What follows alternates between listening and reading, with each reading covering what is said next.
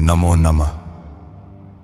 सनातन धर्म में जब भी सृष्टि, संहार और परम सत्य की बात होती है तो एक ही नाम गूंजता है, महादेव। लेकिन क्या आपने कभी सोचा है कि पूरी सृष्टि के रचयिता, काल के भी काल, भगवान शिव का जन्म कैसे हुआ? क्या उनका कोई आदि या अंत है, या फिर वो स्वयंभू है? नमस्कार दोस्तों, मेरा नाम कार्तिकेय है। आज की इस वीडियो में हम पुराणों और वेदों के पन्नों को पलटेंगे और जानेंगे महादेव के प्राकट्य का गहरा रहस्य। शिव अनादि अनंत है दोस्तों, यदि हम सीधे शब्दों में कहें तो भगवान शिव का कोई जन्म नहीं हुआ है।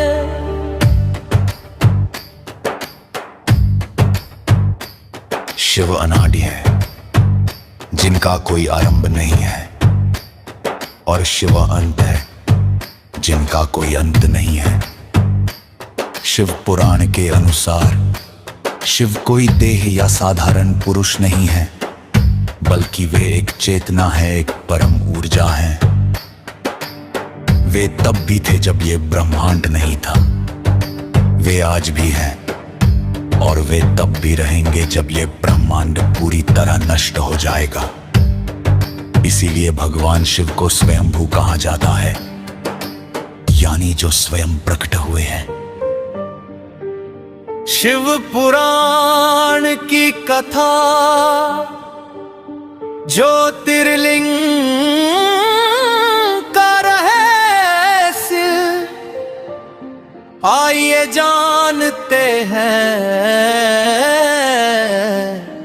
शिव पुराण की उस प्रसिद्ध कथा को, जो शिव के प्राकट्य को सबसे सुंदर रूप में दर्शाती है।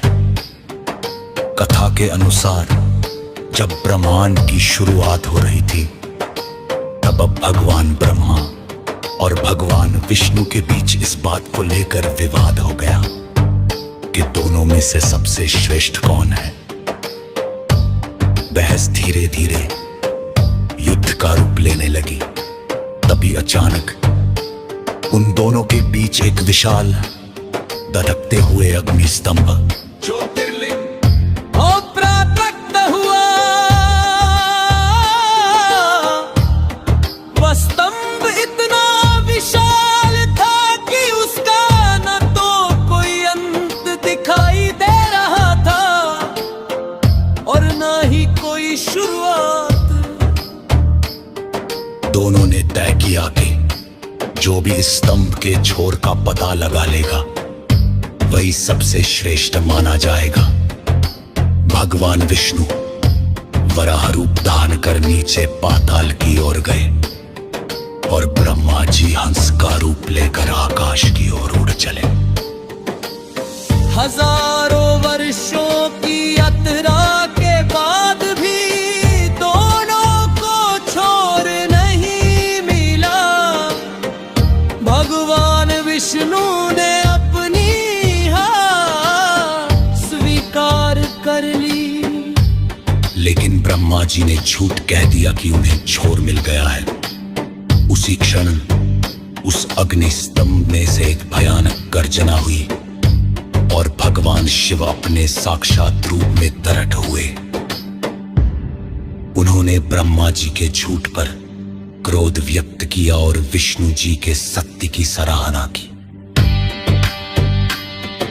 तब ब्रह्मा और विष्णु दोनों को समझ आ गया कि इस पूरी सृष्टि को संचालित करने वाली परम शक्ति ही भगवान शिव है। विष्णु पुराण की कथा, बालक रुद्र का रोना। अब बात करते हैं विष्णु पुराण की, जहां एक और रोचक कथा मिलती है। इसके अनुसार ब्रह्मा जी को सृष्टि की रचना की जिम्मेदारी मिली थी, लेकिन वे जैसी सृष्टि चाहते थे वैसी बन नहीं पा रही थी। तब निराश होकर ब्रह्मा जी ने एक तेजस्वी बालक के लिए ध्यान लगाया। तभी उनकी गोद में एक रोता हुआ बालक प्रकट हुआ। ब्रह्मा जी ने जब रोने का कारण पूछा तो बालक ने कहा कि उसका कोई नाम नहीं है। तब ब्रह्मा जी ने उसका नाम रुद्र रखा, जिसका अर्थ होता है रोने वाला। लेकिन बालक फिर भी रोता रहा जब तक कि ब्रह्मा जी ने उसे 8 अलग अलग नाम और स्थान नहीं दे दिए। वे नाम थे रुद्र, शर्व, भाव, उग्र, भीम, पशुपति, ईशान और महादेव। ये कथा भगवान शिव के रुद्र रूप के राहत्य को दर्शाती है। शिव और शक्ति का सिद्धांत वैज्ञानिक और आध्यात्मिक दृष्टिकोण से देखे तो शिव केवल एक व्यक्ति नहीं है, शिव शून्य भी है और शिव ही ब्रह्मांड भी है। जब शिव के साथ शक्ति मिलती है तभी इस संसार में जीवन का संचार होता है। बिना शक्ति के शिव शव के समान है। इसलिए शिव का जन्म नहीं हुआ, शिव तो हमेशा से थे, है और हमेशा रहे। वे काल के बंधु से परे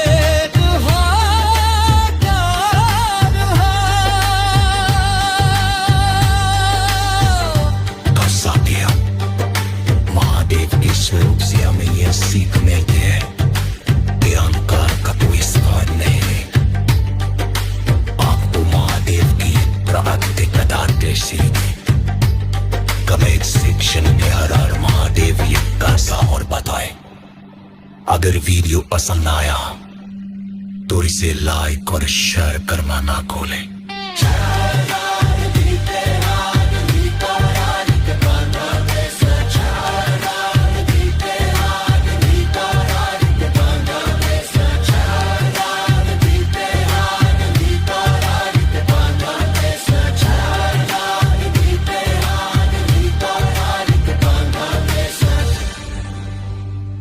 Rahasya Kartikeya Official. Like, share and subscribe.